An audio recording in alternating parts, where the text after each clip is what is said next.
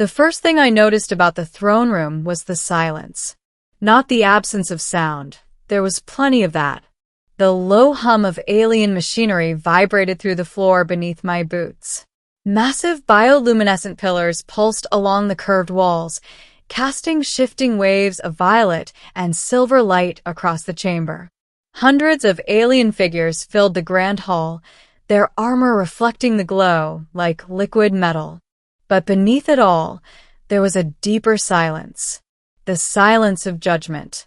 The silence of an empire that had already decided humanity's fate. At the far end of the chamber, elevated above us all, sat the alien queen. She was taller than I expected, nearly 3 meters even while seated. Her exoskeletal crown rose like branching crystal antlers, shimmering with embedded stars. Her eyes were not cruel, but ancient, calculating. A ruler who had seen civilizations bloom and collapse like seasonal flowers. Her fleet had surrounded Earth 3 days ago. We hadn't stood a chance. Our satellites had gone dark in seconds. Our fleets were disarmed without a single missile fired. Their technology wasn't just advanced, it was incomprehensible. Entire carrier groups disabled by a single pulse of light. And yet they hadn't attacked. Instead, they asked for a representative. One human. To speak before their queen. That human was me. I don't know why they chose me. Maybe it was my diplomatic background. Maybe it was chance. Maybe it was fate. But as I stood there alone, unarmed, surrounded by a civilization that spanned half the galaxy, I realized something. This wasn't a trial of strength. It was a trial of truth. The queen leaned forward slightly. When she spoke, her voice resonated not just in the air, but in my bones. Human, she said, her words translated seamlessly by the device at my throat. Your species stands at the edge of extinction.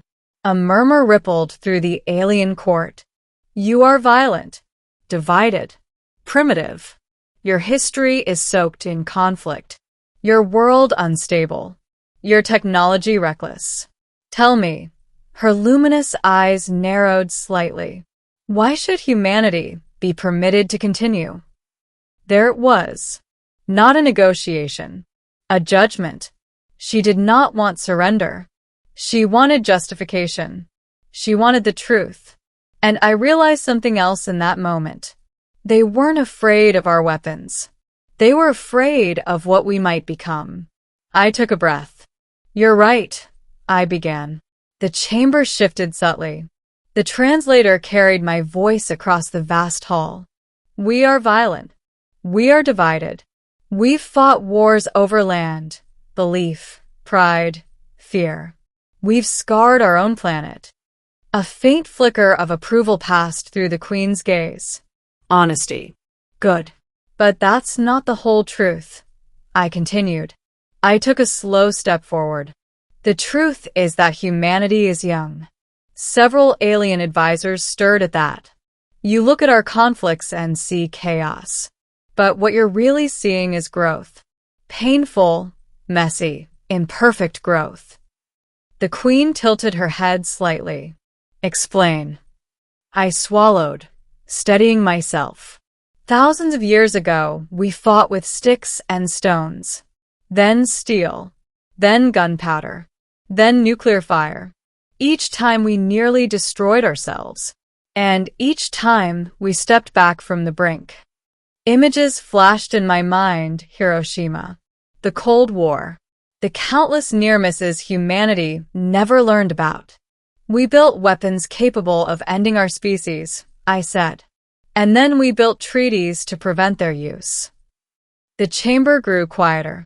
We were once divided by oceans we couldn't cross. Now we speak across the planet instantly. We once enslaved each other. Now we fight to expand rights and dignity. I looked directly at the queen. You see our flaws because they are loud. But you don't see our resilience because it's quieter. The queen's expression remained unreadable. You speak of potential, she said. Potential is irrelevant. Many species possess it. Few survive long enough to realize it. Exactly, I replied. A ripple passed through the court again. Most species don't survive because they eliminate themselves at their most dangerous stage, when technology outpaces wisdom. We reached that stage. And we're still here. The Queen's fingers tightened slightly on the armrest of her throne. You claim survival as proof of worth? I claim adaptation as proof of value. That seemed to interest her. You adapt through conflict, she observed. Your species improves through war. Yes, I admitted. And that's one of our greatest tragedies. But it's also why we endure. I pace slowly, gaining confidence. Pressure creates change. We argue. We clash. But from that friction, we innovate. We solve problems. We evolve, not just biologically, but culturally. I looked around at the towering alien elites. You unified your empire long ago, didn't you? The Queen's silence was answer enough. You've had stability for centuries, maybe millennia. Yes. And stability is powerful, I said. But it can also become stagnation. A faint tension filled the room. We are chaotic, I continued. But chaos breeds creativity. Our art, our science, our philosophies, they come from struggle, from questioning everything, even ourselves. The Queen's voice softened, though the authority remained.